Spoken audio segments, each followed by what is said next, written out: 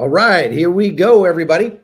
Good morning. Chuck Holton coming to you from the island of Trinidad, just north of Venezuela. I got to see some cool stuff yesterday.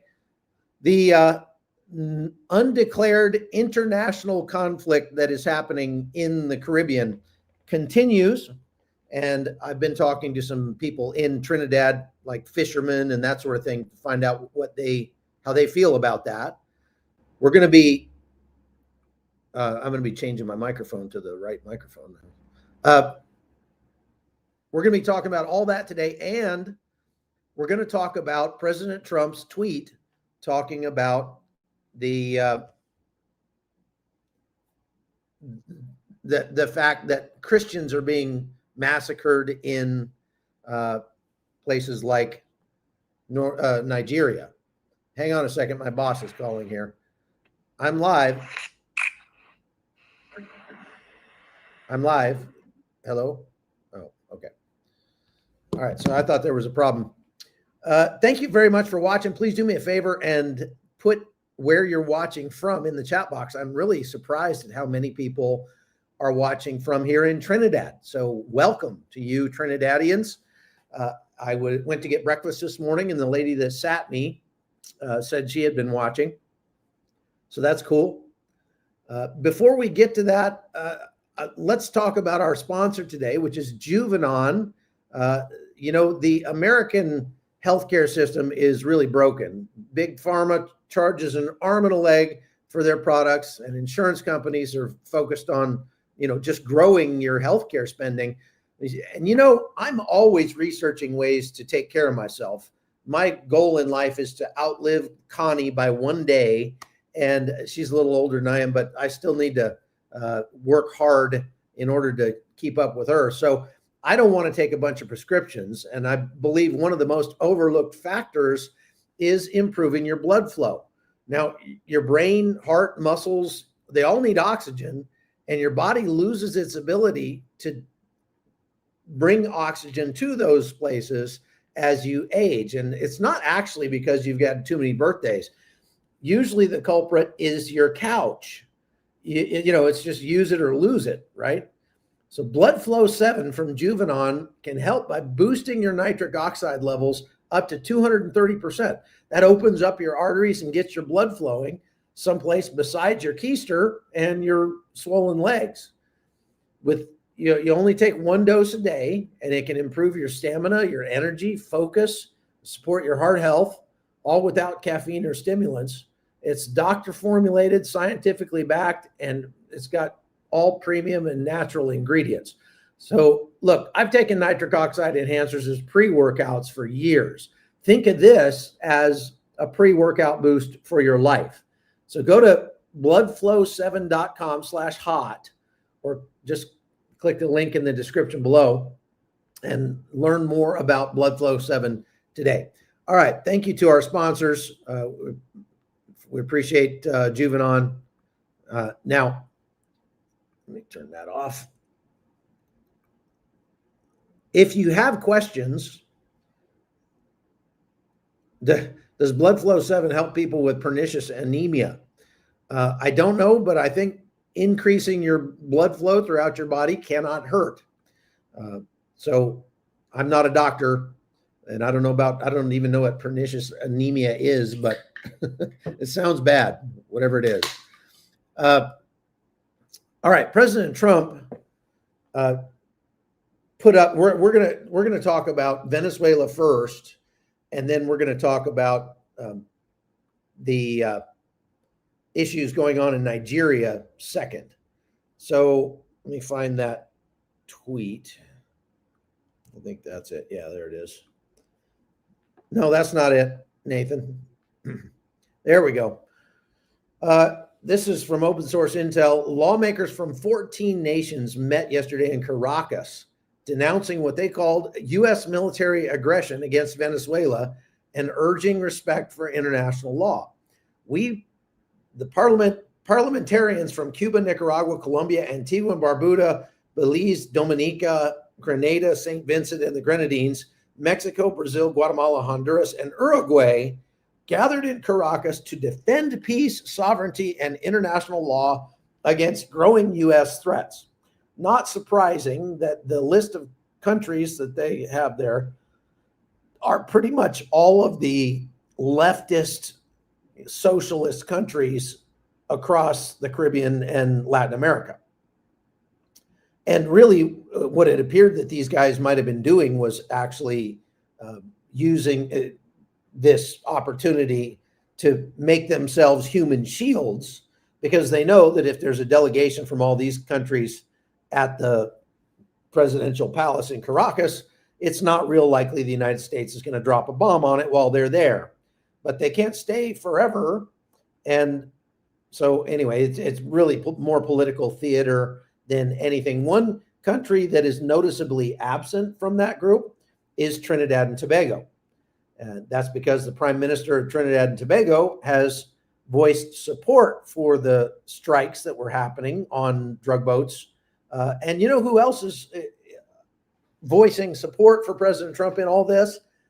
A whole lot of Venezuelans. I'm getting contacted by people in Venezuela, in Caracas, who are saying everybody is just waiting, just hoping that the United States will come in and take out Maduro.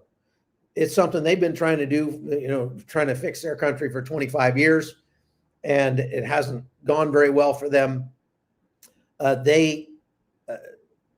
It's surprising to me how many of them are. Now, to be fair, I'm also getting plenty of flaming messages from Venezuelans who are just absolutely convinced that the United States is just wanting to take over Venezuela because of their oil. Well, let me give a message to those people. The United States doesn't need your stinking oil. And when I say stinking oil, I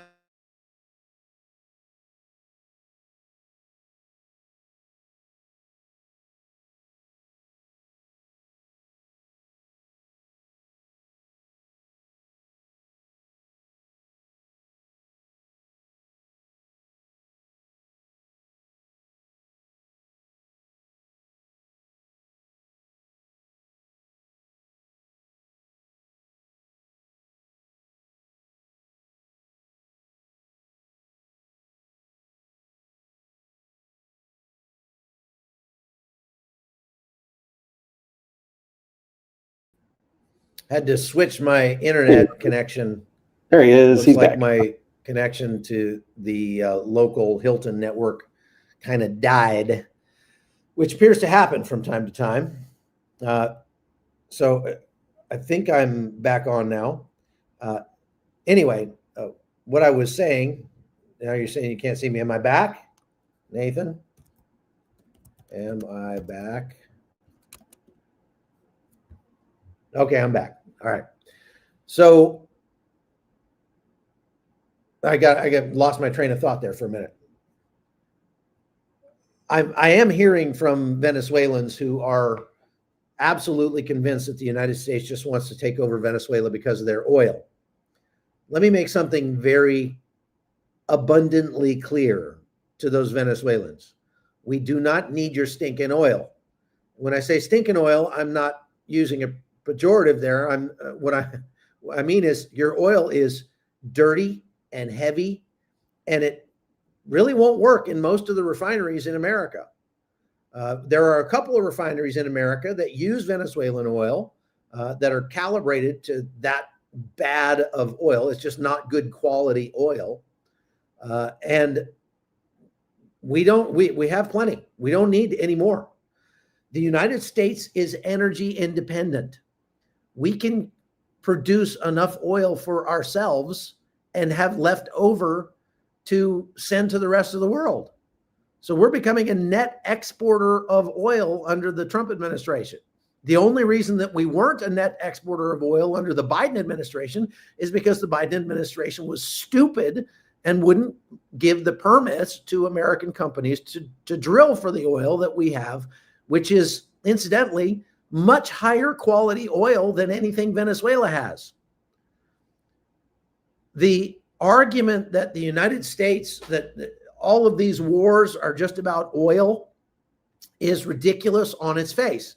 They said that during the war in Iraq. Don't you remember all the protests in America during the war in Iraq? No blood for oil. Well, let me ask you, how much of Iraq's oil did we steal?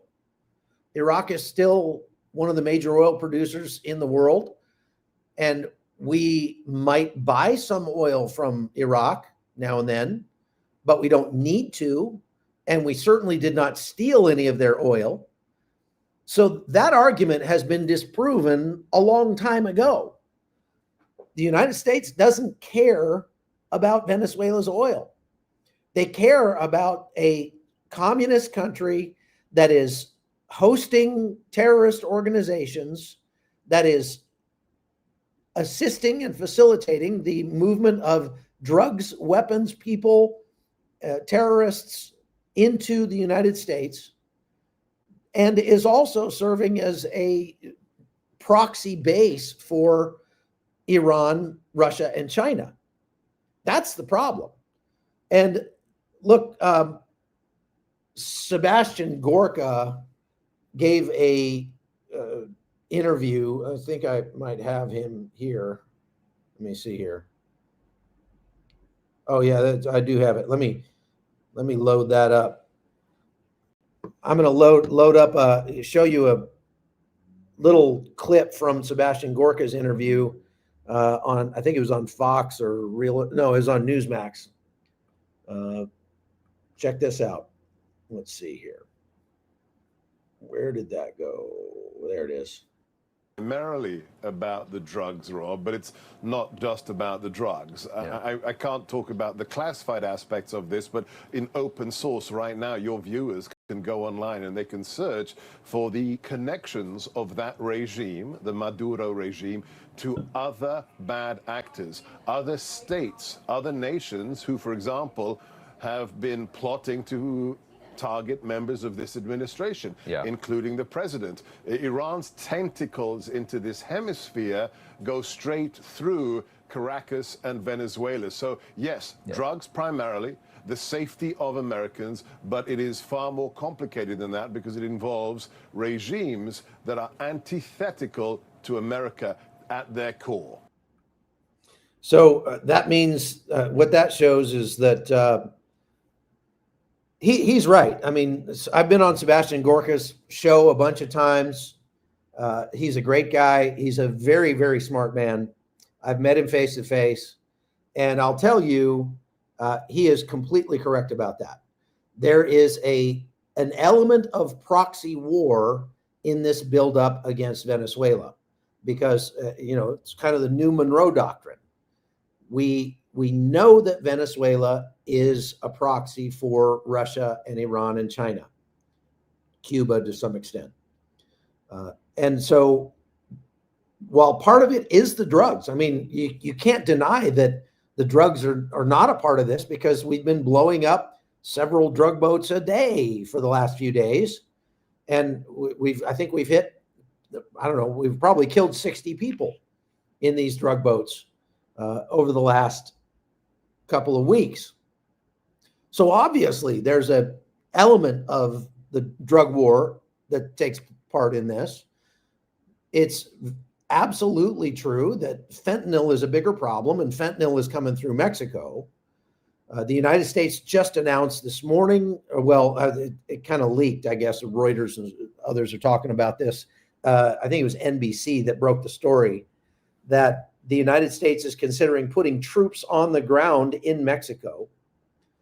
That's not as big a deal as it sounds because we've already had troops on the ground in Mexico. We've got some special operations that are there now training Mexican Marines to go in and take on the cartels.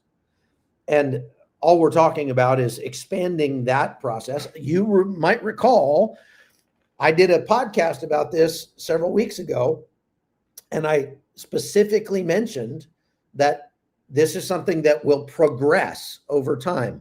So we start out with the advise and assist role. What we have seen from history is that it never really stays as an advise and assist role. That is sometimes used as cover for special operations forces to directly participate in kinetic operations against the bad guys in a host country like Colombia. We did that back in the 90s and early 2000s.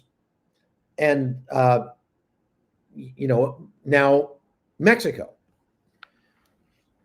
So it would not surprise me a bit to hear that American Special Operations Forces were taking part in operations on the ground, actually shooting bad people in the face, kicking indoors and that sort of thing. That likely is happening. What would surprise me if that came out is just that anybody reported it or that it was admitted. That is the kind of thing that would normally be covert. And if this is very common. The United States all across Latin America has taken direct action against like drug runners, capturing large shipments of drugs. And then they immediately turn it over to the local authorities, and they give all the credit to the local authorities rather than taking credit for themselves. That is just a way that we prop up our partners in the region and try to make them look good. It's not being dishonest necessarily. They're just trying to step back and put a local face on any of the operations that they might undertake. So this is extremely common, and we might see something like that happening in Venezuela at some point. It appears that the United States government is moving ahead with plans to make the Western Hemisphere, specifically Central and South America, a much higher priority in our military lineup over the next few years. Now, why do I say that? Because we're not only moving troops into the area. Somebody said yesterday we've got about 16,000 troops now that are in the region, or once the Gerald R. Ford gets in there, then that would make up the remaining 16,000 troops. Remember, not all those troops are war fighters. Usually it's about 1 to 3. So about a quarter of those troops would be people who would actually be wielding guns on the ground if it came to that. The rest would be there to support those people. So everything from aviation assets to signals intelligence to the cooks and clerks and everybody that makes sure people get paid and get fed and all that kind of stuff. So they're counting a whole lot of people that were not going to be directly involved ever in fighting a war on the ground in some place like Venezuela. Still, everybody is saying there is very little likelihood that the United States would go to war directly with Venezuela. We might strike some things in Venezuela. We might have to take out some Venezuelan military or air defense assets in order to strike at the things that we want to strike. That's a Venezuela problem. If they stand down their forces, then we wouldn't have to do that. Let me make it very clear, because I know I have a bunch of people in Venezuela who are watching. The Americans have absolutely nothing against you, people on the ground in Venezuela. We know that you are being persecuted and oppressed by your government. We know that your government is criminal and that you've had to pay the price for that for many years. We, however, are not looking for regime change in order to come in and make your lives better. We're looking for regime change so that, number one, American lives get better because there's less drugs coming into the United States.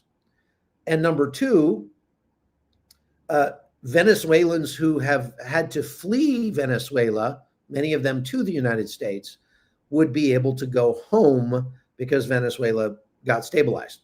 And again, there's that third component, which is not your oil. Don't care about your oil. You can keep all your oil. The third component is the influence that Russia, China, and Iran are having in the region. Now, President Trump gave an interview to 60 Minutes that aired yesterday. I've got a couple of little clips from that I want to show you. The first one is kind of humorous to me. She asks him about the Gerald R. Ford battle group moving into position, which incidentally is nowhere close yet. It's not going to be in the region for another probably couple of weeks. It was spotted off the coast of Sicily, so it's still in the Med, and it's steaming this direction, but not all that quickly. So I don't think that they necessarily need to wait on it to get there before they start anything. They've certainly got enough forces in the region now to do whatever they need to do in Venezuela. But she asked him about that. And, why are you moving the Gerald R. Ford into the Caribbean? Take a listen. Aircraft carrier and strike group. It's got to be somewhere. Okay. It's a big one. It's a big one. It leads to the suggestion that the United States military is planning a larger operation involving Venezuela. So then he goes on to talk about, I just thought that one was funny because, he's like, well, it's a big one. Got to be someplace. So might as well be in the Caribbean. I just thought that was funny. Now, he goes on, she goes on to ask him, like, are we going to war with Venezuela? Particular, are Maduro's days as president numbered? I would say, yeah. I think so, yeah. And this issue of potential land strikes in Venezuela, is that true? I don't tell you that. I mean, I'm not saying it's true or untrue, but I wouldn't. Why would we do I wouldn't be it? inclined to say that I would do that, but because I don't talk to a reporter about whether or not I'm going to strike. Let's talk about. So I don't talk to a reporter about whether or not I'm going to strike. He got asked that question a couple times yesterday. One was on Air Force One. A reporter asked him, so are you going to strike Venezuela? And he just looked at her like, why would I answer that question? And he really kind of belittled her for asking such a stupid question. This is a common theme you see with young journalists that don't understand the concept of operational security. They just like, well, where are your forces going to be? And what's the first place you're going to strike? They're asking like the dumbest possible questions. That is a dumb question because nobody in their right mind would tell you ahead of time, well, first we're going to go in and we're going to strike these targets, and then we're going to go after those targets, and then we're going to do it at this time, at this date. The only military in the world that does that is Israel. And they do it specifically to try to save civilian lives. The United States typically doesn't do that.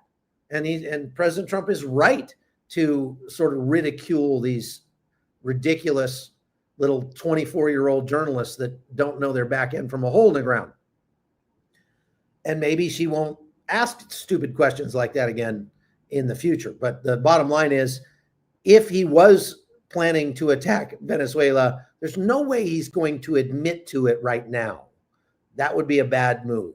Here, now let's listen to the rest of this. Venezuela. I doubt it. I don't think so. Are we going to war against Venezuela? I doubt it. I don't think so, but they've been treating us very badly, not only on drugs. They've dumped hundreds of thousands of people into our country that we didn't want. People from prisons, they emptied their prisons into our country. So he's right about that. They did empty their prisons into the United States. I'm not so sure about mental institutions. It wouldn't surprise me if some people left there. Venezuela determined a long time ago that it would be a whole lot cheaper just to send their prisoners to the United States rather than take care of them in Venezuela. So the ones that they didn't send to the United States, Maduro actually put in charge. There are gangs in Venezuela that they call colectivos. Colectivos are not paid by the government, but they are Maduro's enforcers.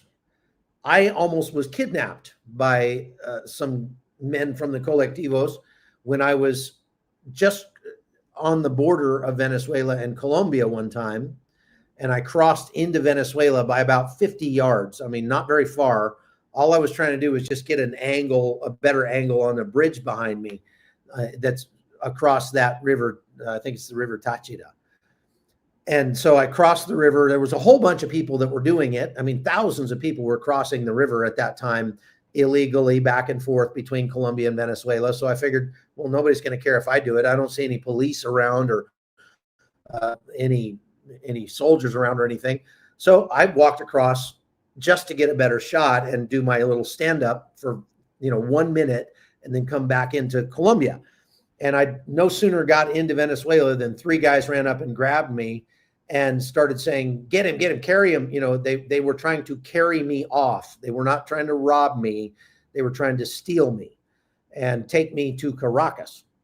There was a guy, another journalist that they did that to in the same area. And it took he was a Polish journalist. It took the Polish government a month to get that guy out. He was beaten very badly, treated very poorly. And that would have been the same treatment I got if I had not fought my way out of that and got back across the border into Colombia. So the people that came up to me after that happened, Venezuelans were coming up to me and saying, we saw you about to cross into Venezuela and we thought about telling you not to because those colectivos are right there. They're watching everybody and they're really bad. What they said was that the colectivos were Maduro's enforcers along the border. He could not send he earlier than that, he had put the National Guard of Venezuela along the border with Colombia. And what happened was hundreds of those soldiers ran into Colombia and asked for asylum. So they defected. So Maduro was like, well, I can't trust my soldiers to guard that border. So he had the colectivos go down and guard the border. He told them, I can't pay you, but your pay is whatever you extract from the people down there. So they just went down and robbed and raped. And I mean, it was really bad. And I don't know if that's still happening. I haven't been to Cucuta in a few months, but the last time I was there, because the Colombian president is a communist as well now, and has very good relations with Maduro, that border, last time I was there, it was just wide open and you could just walk across. You didn't even need a passport or anything to walk across into Venezuela. And we did. We just stepped across the border once again just to say we had, and then we came right back. But we did it on the bridge rather than down in the riverbed. And there were no people around this time to grab me. So long and the short of it is, President Trump is correct in saying that those gang members, many of them came to the United States. I have met and interviewed quite a few Venezuelan gang members who were making their way through Panama, through the Darien Gap, on their way up north to the United States. I've kept in touch with some, not gang members, but some other Venezuelans who have made it to the United States. And I have contact with them from time to time, just continuing to report on what is going on with them, use them as sources. And those people are contacting me and saying, please, we hope the Americans take out Maduro. And if they do, then we will happily go back to Venezuela. One thing you notice about Venezuelans is that most of them are very patriotic. They love their country and they don't want to have to leave it. But when you're having to eat your pets to stay alive, you got to make that kind of decision. So there are a lot of Venezuelans, millions, who will gladly return home if Maduro is gone. Now, here in Trinidad yesterday, I went up to the northern coast of the country, and this is a drone video that I took yesterday just to show you what that looks like. I wanted to go up and talk to the fishermen up there because we're hearing in the news that a lot of the fishermen are worried about going out and doing their jobs. They're afraid they'll get blown out of the water. They are being advised by the Coast Guard in Trinidad, you're hearing it on the local news, that they should stay within 2 kilometers of the shore and then they'll be safe. Normally, fishermen would go quite a bit further offshore than that. And so I wanted to know if all that was true. So what I did was go down to that region and go out and talk to some of the fishermen. And I have a quick quote here from one of the fishermen I talked to give you an idea of what the fishermen are thinking here in Trinidad. I'm a fisherman for 28 years, fishing in Trinidad and Tobago waters, right away around.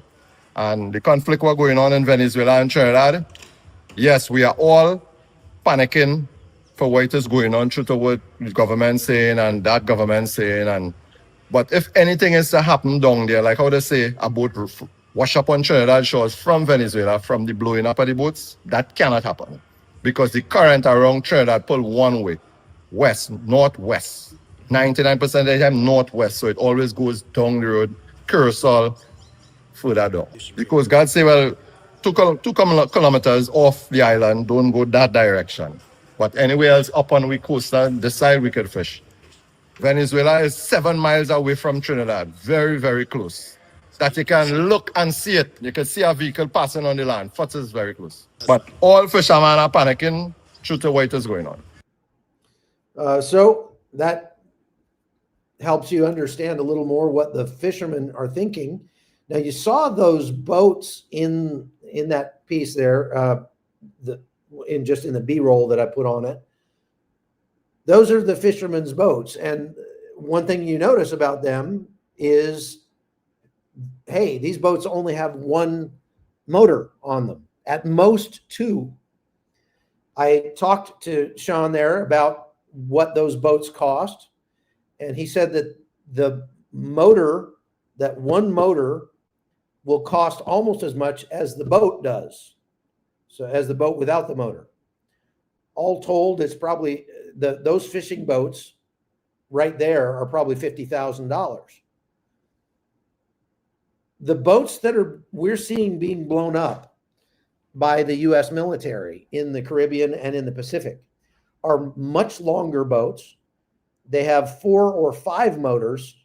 So you're talking about maybe $100,000 or more worth of motors for that boat. Those are not fishermen. And when I asked him about, like, would any fisherman need a boat with 4 or 5 motors on it? He's like, no, of course not. It'd be too expensive in gas. And why do we need to go slow, not fast when we're fishing. So there's no reason to have that many motors on a boat. I think it's safe to say the United States could make a case that if we see boats in international waters, which international waters starts more than 100 miles offshore. So if we see some of these go fast boats more than 100 miles offshore and they've got 4 or 5 motors on them, that's exactly the same as finding a semi-submersible, which obviously nobody fishes from a submarine, but nobody also fishes from a boat with 5 motors on it. Just so if we see a boat like that, I think we could justify blowing it out of the water, because there's only one use for a boat with 4 or 5 motors, and that's outrunning the local coast guards and stuff like that. Getting stuff up. I mean, the amount of money it would take to run 4 or 5 motors out to sea to a distance of more than 100 miles and then back in would negate if you filled that boat to it was almost sinking with fish. You would not be able to catch enough fish to pay for the gas to run those 4 motors. So there is no question the boats that the United States is blowing up absolutely are out there with nefarious intent. There's no 2 ways about it. You also notice that the fisherman was talking about the drift, and this is something that kind of interested me. There has been one report from Trinidad of family members in Trinidad saying that our son went out fishing and didn't come home. And so we're afraid he got blown up. There were rumors that a couple of bodies washed ashore in Trinidad from one of these boats that was blown up. That fisherman said that's absolutely untrue. Not only is it untrue, it's impossible, because the boats that are being blown up are all to the west of Trinidad. Looking at the map here, we pull up this map. This is Roosevelt Roads. By the way, the United States is rebuilding this airbase here at Roosevelt Roads on the eastern shore of Puerto Rico.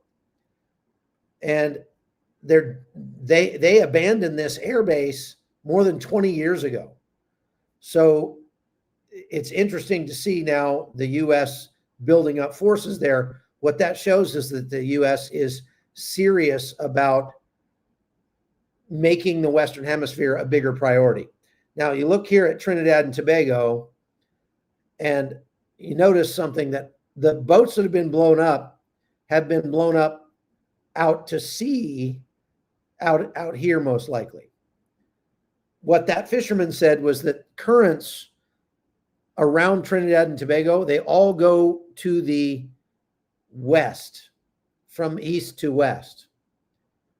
So it would be virtually impossible, not virtually, it would be impossible for boats or bodies to wash up on the shore of Trinidad if the boats were being blown up closer to Caracas or out, in this part of the Caribbean Ocean, Caribbean and Atlantic, whatever you want to call it.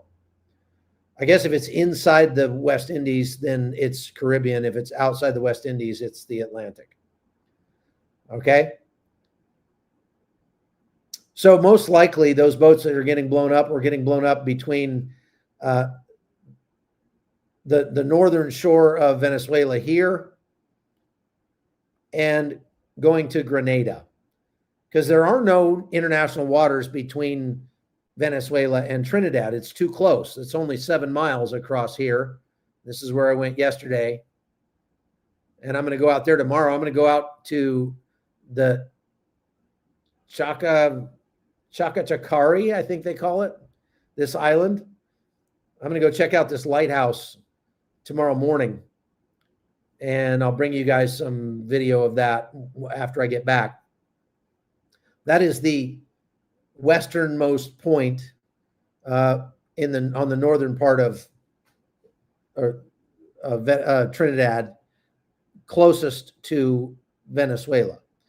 Now, it's probably more likely that if there's anything being trafficked between Venezuela and Trinidad, that it's actually happening down here in the south, simply because of the topography. Well, I don't know. I mean, there's not a lot over here either. This up here is a national park in Venezuela, and there's like no roads into this peninsula right here. The road ends right there. But that only means that it's, if it's 7 miles from Chacachacari to the Venezuelan coast, then it's probably 15 miles to the nearest road right there. And so I wish I could go over there or send somebody out there to find out what that looks like, but maybe someday after Maduro's gone. Okay. Now,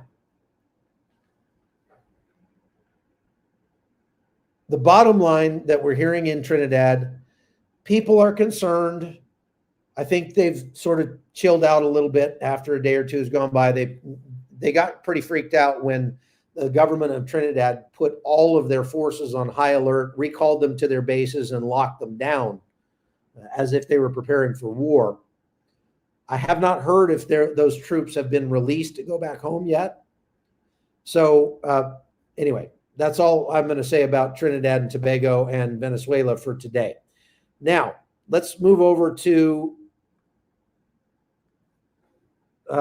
what President Trump said about Nigeria. This tweet he put out, I'll read it. It says, if the Nigerian government continues to allow the killings of Christians, the USA will immediately stop all aid and assistance to Nigeria and may very well go into that now disgraced country, guns ablazing. So he's threatening boots on the ground in Nigeria to completely wipe out the Islamic terrorists who are committing these horrible atrocities.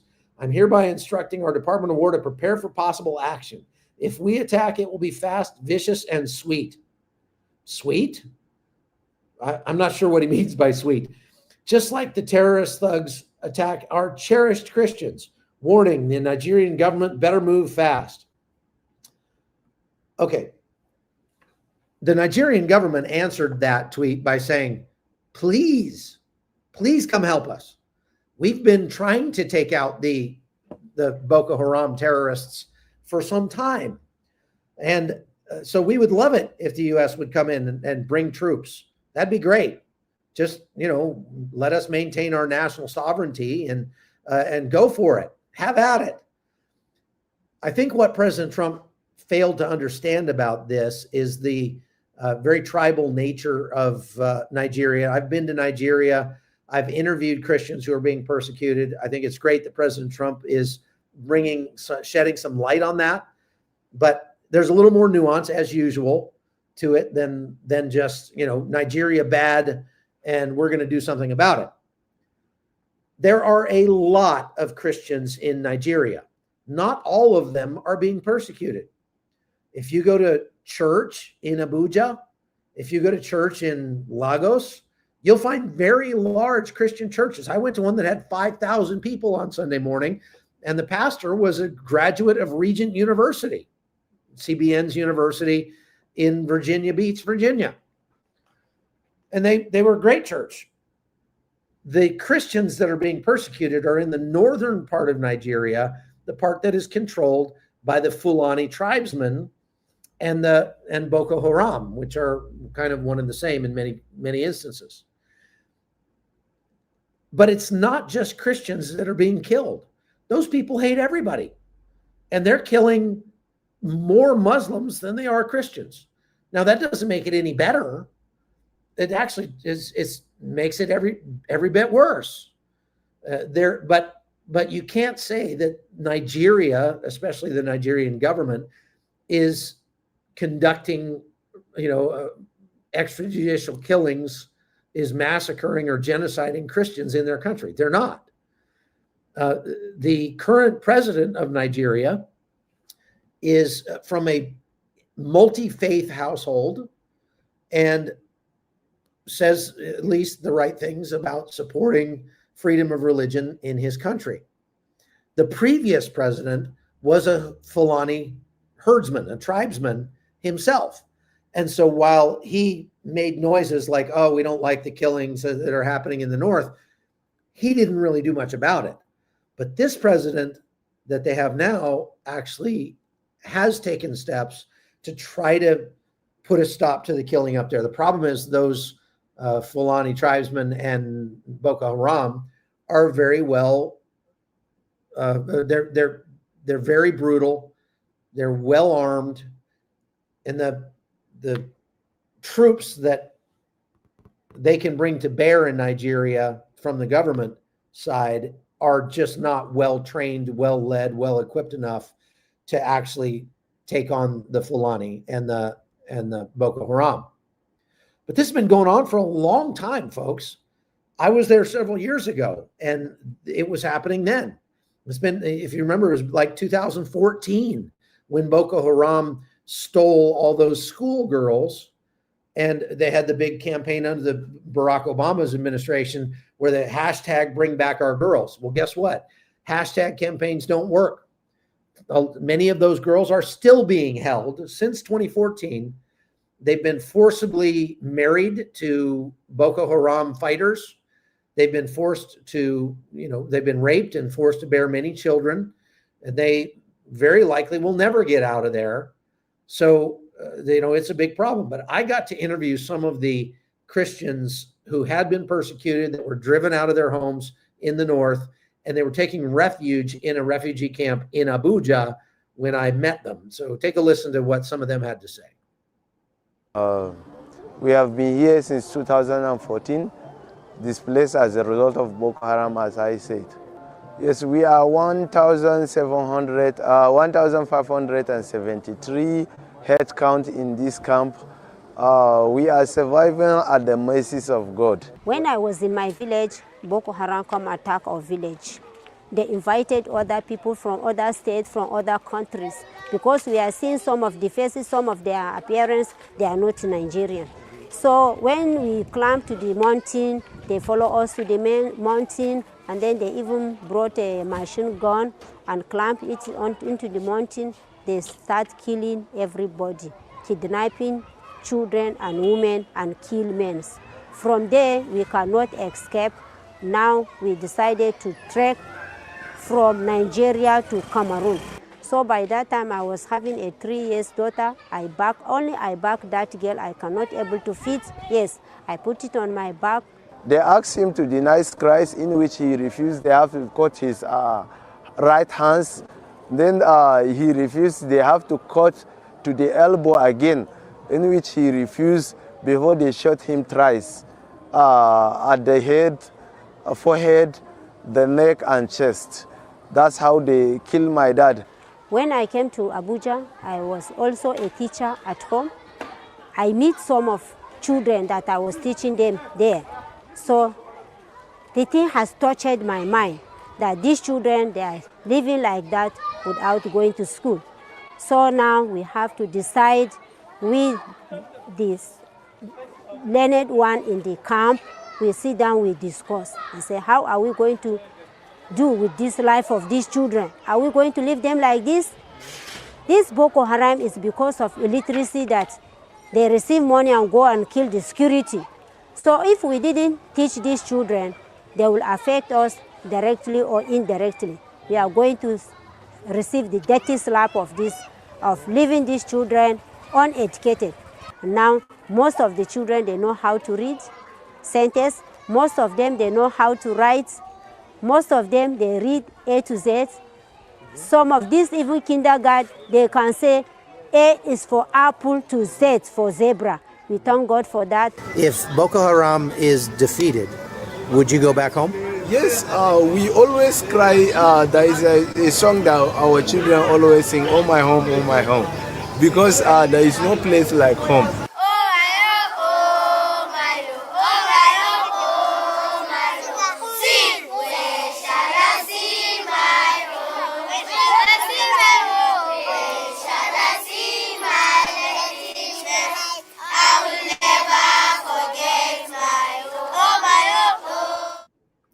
So this is, the children are singing, oh my home, when shall I see my home? When shall I see my resting place? When shall I see my home? So they want to go back. These Christians that were living in, that are living in these refugee camps are they're internally displaced inside Nigeria. So again, all of Nigeria is not the problem. It's the northern part of Nigeria by and large. There's plenty of problems in Nigeria. The Nigerian government would love it if the United States would come help them conquer Boko Haram in the north. And so that would be, that'd be a good thing. So this is the kind of the gist of what I wanted to talk about in terms of Nigeria. I'm going to put a much longer version of what I just showed you up that has a bunch more footage from my trip to Nigeria that you'll be able to watch. It'll go up first on Locals. So make sure you go to chuckholton.com and become a supporter over there on Locals. That is kind of how we are able to stay on the road and keep traveling and doing these, bringing you the truth from the ground in the places that we go.